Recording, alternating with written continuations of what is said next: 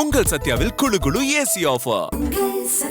தென்மேற்கு பருவமழை அந்தமான் நிக்கோபார் பகுதிகளில் நாளை தொடங்கும் என்று வானிலை ஆய்வு மையம் தெரிவித்துள்ளது. சென்னை வானிலை ஆய்வு மையம் வெளியிட்டுள்ள அறிக்கையில் அந்தமான் கடல் பகுதிகள், அந்தமான் மற்றும் நிக்கோபார் தீவு பகுதிகளில் நாளை துவங்கக்கூடும் என்று ஆய்வு மையம் தெரிவித்துள்ளது.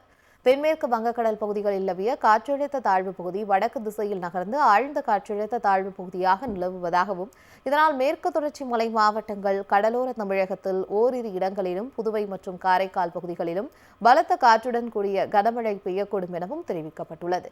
நீலகிரி மாவட்டத்தில் ஓரிரு இடங்களில் இன்று பலத்த காற்றுடன் கூடிய கனமழை பெய்யக்கூடும். சென்னை மற்றும் புறநகர் பகுதிகளில் வானம் ஓரளவு மேகமூட்டத்துடன் காணப்படும் என்றும், நகரின் ஒரு சில பகுதிகளில் லேசான மழை பெய்ய வாய்ப்புள்ளதாகவும் வானிலை ஆய்வு மையம் தெரிவித்துள்ளது.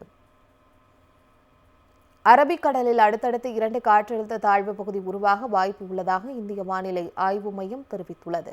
தென்கிழக்கு அரபிக்கடலில் வரும் 17ஆம் தேதி ஒரு குறைந்த காற்றழுத்த தாழ்வு பகுதியும், அதனைத் தொடர்ந்து மே 24ஆம் தேதி தெற்கு அரபிக்கடலில் குறைந்த காற்றழுத்த தாழ்வு பகுதி உருவாக வாய்ப்பு உள்ளதாகவும் கூறப்பட்டுள்ளது.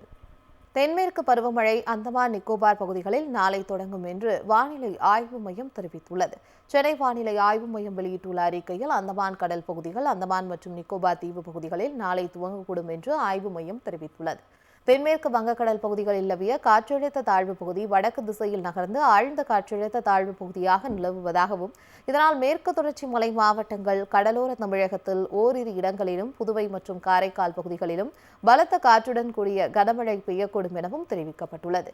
நீலகிரி மாவட்டத்தில் ஓரிரு இடங்களில் இன்று பலத்த காற்றுடன் கூடிய கனமழை பெய்யக்கூடும். சென்னை மற்றும் புறநகர் பகுதிகளில் வானம் ஓரளவு மேகமூட்டத்துடன் காணப்படும் என்றும், நகரின் ஒரு சில பகுதிகளில் லேசான மழை பெய்ய வாய்ப்புள்ளதாகவும் வானிலை ஆய்வு மையம் தெரிவித்துள்ளது.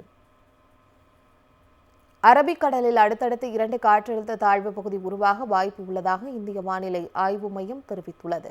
தென்கிழக்கு அரபிக்கடலில் வரும் 17ஆம் தேதி ஒரு குறைந்த காற்றழுத்த தாழ்வு பகுதியும், அதனைத் தொடர்ந்து மே 24ஆம் தேதி தெற்கு அரபிக்கடலில் குறைந்த காற்றழுத்த தாழ்வு பகுதி உருவாக வாய்ப்பு உள்ளதாகவும் கூறப்பட்டுள்ளது. உங்கள் சத்யாவில் குளு குளு ஏசி ஆஃபர்.